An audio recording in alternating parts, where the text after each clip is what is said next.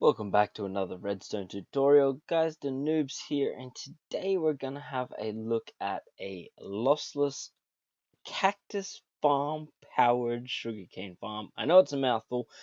This is a advancement on a basically a concept I came up with last week, where basically we use a cactus farm to power a sugarcane farm. This was very simple design, which was based upon trying to get like an early, early game sugarcane and cactus farm going with as few resources as possible.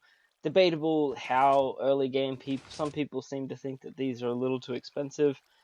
Personally, I think you can get to the nether in a couple of days as long as you have 3 iron and a lava lake, so it's not too hard to get a couple of quartz and some redstone. I don't think they're that expensive. I would argue pistons are just as expensive. But anyway, I'm not gonna debate that now. We're gonna have a look at this farm here now. I've got the game ticks currently to basically 100 times what they well actually 60 times what they would be. So 1 minute current time would be 1 hour real game time. And as you can see here, that you don't really get the farm filling up before it's harvested. It's pretty consistent, and you'll notice that we're not getting any sugarcane staying here. Sometimes you will see the animation of sugarcane stay there for a quick second, but it does vanish as it's just a glitch in the animation. There's no items stacking up there, so the sugarcane part of this farm is lossless. If we go over the top here, we can see the cactus farm. This is a lot more efficient design than the one over there. So we do get a lot more cactus, but as with cactus farms, it's impossible to get a lossless design. Sometimes the cactus will land on itself and it will just destroy itself. But as far as cactus farms go, this is probably one of the most efficient designs, if not the most efficient design. This is not my design. This has been around for a while now. Using string to place on top the sand on top of. It works very well. And then you can see we've just got a couple of observers here running into pistons, pushing slime blocks, which is what pushes it far enough off the sand to make this a lossless farm. Another thing to note with this farm is that it is 11 wide for the sugarcane here. The reason for that being is that we have two observers observing the sugarcane. This is to increase the rate of the slime blocks firing. If we just have the one, then it gives too much time waiting on just one cactus. It doubles the chance of the slime block actually firing, which makes the farm a lot more efficient. But each time one of these pistons fires, it will actually take the other piston with it as it's attached to the slime block, which maxes the amount of blocks that the pistons can actually push, which is 12. So it's 11 slime plus the one piston, 12 blocks. Any more than that, and the pistons just won't fire. So this is as wide as this particular design can go, but it is infinitely stackable upwards. Likewise, the cactus here is only limited by how much room you have behind it. You can move these out and keep these going back, so you can make as big a cactus farm up and out as you need. Cactus isn't as important a resource usually as sugarcane, so the focus is mainly on the sugarcane here. That's why I've only done the 2 sets of 2 here. Okay guys, to get us started, what we're going to need is a hopper, chest, or a couple hoppers, chest, string, cactus, bucket of water, I don't need 2, some sand, and a building block of choice. And we're just going to fill this in. You'll need a 11 by 8 platform here, and then a 2 by 11 platform 1 block lower, and then walls of whatever block you want to keep the water in. So we're going to start by putting water along the back wall. This will push the water all the way across to the very edge of the top layer, and then we're going to put 2 water sources there, 2 water sources there. We can then add our chest, and we should actually also have a slab or a stair, something that will block the water but allow us to open the chest like so. So we can still do that. And then we're going to want to put 2 hoppers going directly into the back of that chest here. So let's do that very quickly. Okay, there we go. So now any items that fall into this water, they're going to come down here, either into the hopper directly or into these side streams and go straight into the chest. You can then, of course, add more chests as you see fit, as I've done over here. But we're just going to do this just for the tutorial. Next is actually going to be placing our cactus. So you want to start in the corner here, and you want to leave a 1 block gap along all the edges so that the cactus can fall all the way around and fall straight into the water.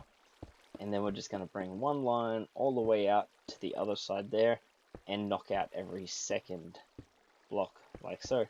We're going to move out 2 blocks and do the exact same thing on the other side. Once you've done that, sand on top of each one of these, and then our cactus will go directly on top of these like so. Okay, the next part, what you want to do is you want to put string in between each one of these cactuses. You'll notice you can place string beside the cactuses and it won't break the cactus. And then we want to put sand on top of each one of those. Come on, there we go.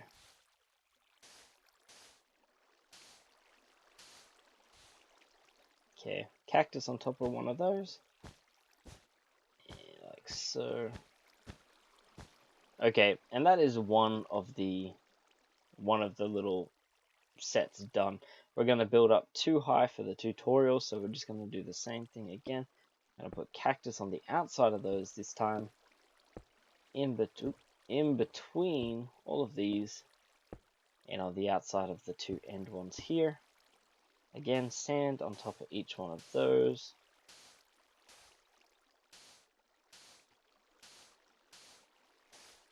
Cactus again.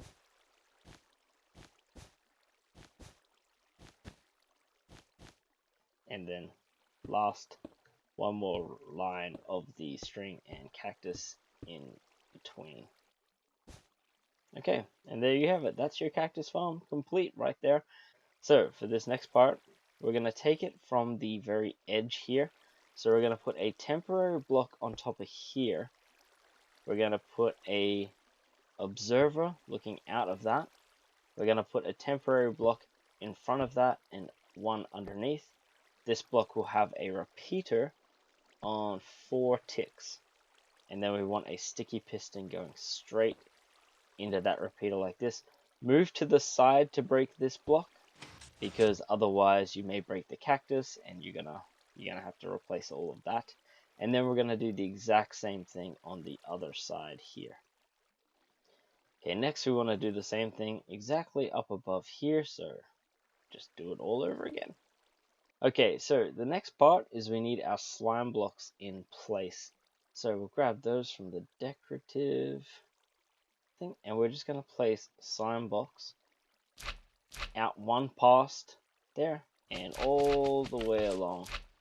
So you're going one past the actual piston itself. That way it's actually going all the way to the edge of the farm to maximize how much sugarcane we can place in. And then we want to get leaf blocks. Any kind of leaf, it doesn't matter. They're just the cheapest immovable block. And we're going to place leaves on top of the piston row, on top of the slime blocks, and out one more past that all the way along.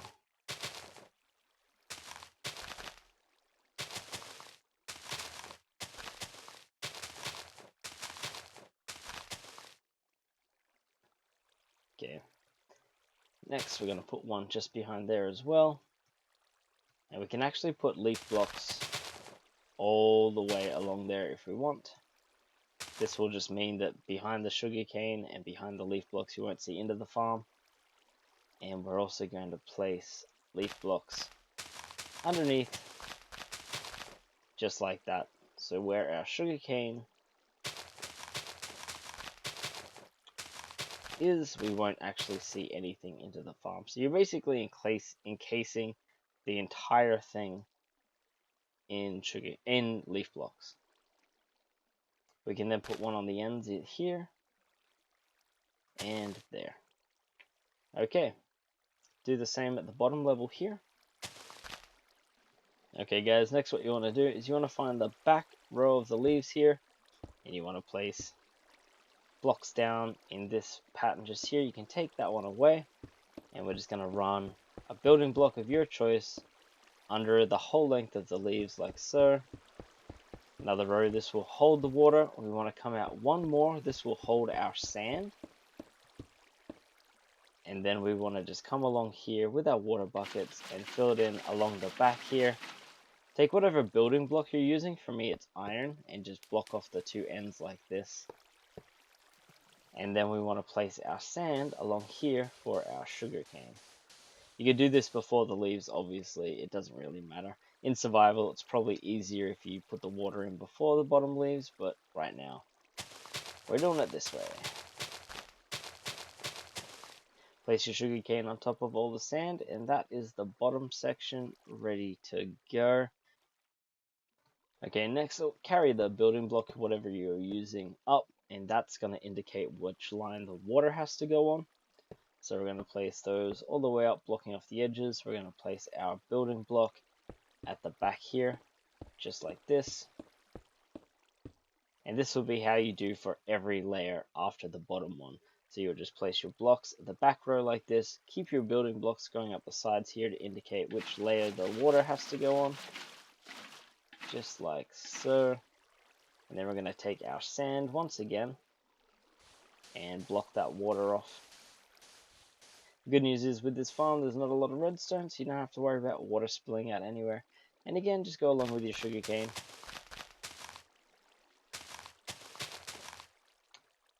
And that is that part of the farm completely done. The next part, we just need to do a couple of things to ensure that everything's going to run smoothly. So next what you want to do, I would suggest taking some glass, and I would suggest placing it on top of the observers 2 blocks up. This way when the cactus breaks, it doesn't fall down on the trap onto these observers like that. The next part you're also going to want to do is you will want to place a glass block on top of all of these here, and then break all of the blocks on top of the cactus. So this way the actual top layer of the farm, if this is the top layer, you're not doing any more layers, then this is what you should do to ensure that the top layer of cactus actually break, because they don't have the sand blocks above them. So that's something you'll need to do. Come over here, glass block, glass block. These can go up 2 as well, because that will be our roof limit. Okay, so now that's pretty much the entire farm completely operational.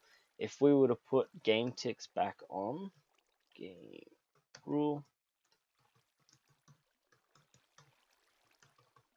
back to 180, which is, as I said, times 60, we should see this farm start to fire eventually.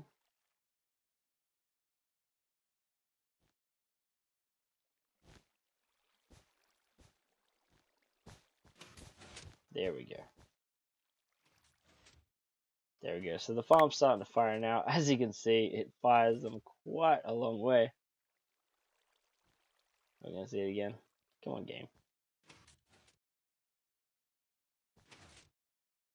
Oop, there goes one. There we go. So, as you can see right now, it's not going to collect anything. So let's take our game ticks off.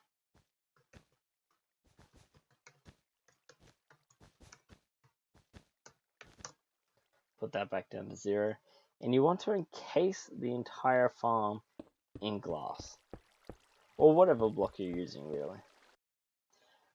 Okay guys, once you've encased the entire farm, when you get to the top here, you can pretty much just put a roof here. I recommend putting glass all the way to the very edges, just to make sure that if you're using solid blocks, that is. If you're using glass everywhere, it won't matter. But if you're using solid blocks like I've done here, you want to make it spawn proof. So you just want to go up one more layer, and then you just want to fill in the entire thing. This is just going to make sure that you don't have any unwanted issues at any point in time. It's completely spawn proof in there. Nothing can spawn on leaves, in water, or on cactuses. nor can they spawn on any redstone components. So it's completely spawn proof in its current state, so you don't need to worry about lighting or anything like that. You just want to make sure nothing's dropping in there, getting stuck. If you have zombies that do get into your farm, they'll pick up the sugarcane, things like that, and then they won't despawn. So you just want to enclose everything just like this. Now again, with this farm, it is infinitely extendable or stackable upwards. So this, you can pretty much make this as big and bad as you want the thing to be, really.